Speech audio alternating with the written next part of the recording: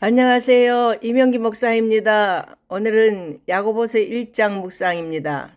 신약 성경에는 야고보라는 이름을 가진 인물이 4명 등장하는데 그중 성경을 기록할 만한 인물은 사도 요한의 동생 야고보와 주님의 육신의 형제 야고보입니다. 그런데 사도 야고보는 AD 40년경 순교하였기에 본 서신의 저자는 주의 형제 야고보라고 할 수 있습니다.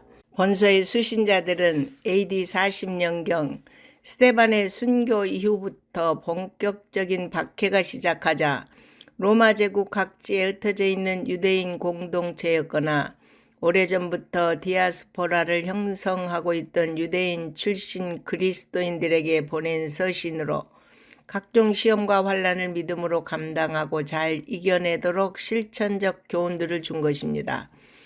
야고보는 여러 가지 시험을 만났을 때 온전히 기뻐하고 인내하라고 권면합니다. 고난과 역경이 도리어 큰 성공의 밑거름이 되는 경우가 많습니다. 힘든 기간을 지나면서 사람이 성숙되고 단련되기 때문입니다.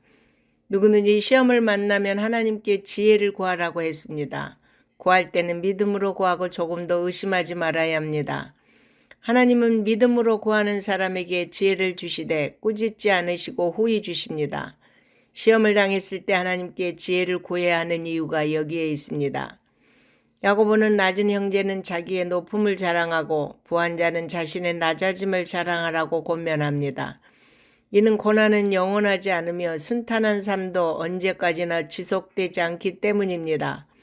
어려움을 만나면 높이 계신 하나님을 신뢰하며 기뻐하고 일이 잘 되어가면 겸손히 하나님의 뜻을 구하는 것이 균형 잡힌 믿음입니다.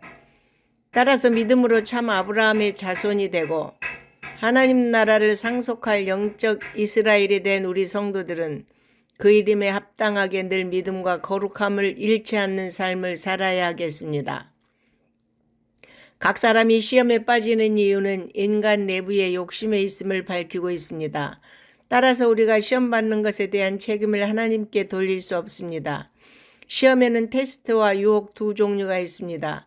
유혹은 마귀가 주는 시험으로 성도는 굳건한 믿음으로 유혹을 물리쳐야 합니다. 반면에 하나님이 성도를 연단하기 위해 주시는 시험은 좋은 약이 되므로 시련을 잘 참고 인내해야 합니다. 본문에서 하나님은 시험을 받지도 않으실 뿐만 아니라 하지도 않으시며 오직 변함없는 사랑으로 우리에게 좋은 것만을 주시는 분이라고 말씀합니다. 따라서 자신의 욕심에 이끌려 시험을 받으면서 하나님을 의심하고 원망해서는 안 됩니다. 만약 하나님의 시험이 있다면 우리를 더 성장시키기 위함인 것을 알고 믿음으로 이겨내어 주께 큰 영광 돌리시기 바랍니다.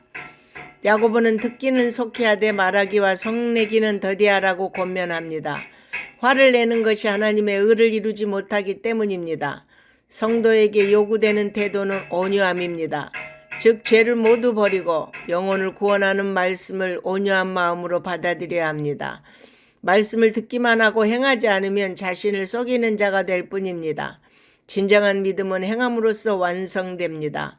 그리고 참된 경건은 오직 하나님 말씀을 행함으로 입증된다고 하며 과와 과부를 돌아보는 것과 자신을 새 속에 물들지 않도록 지키는 것이 참된 경건의 모습임을 강조합니다.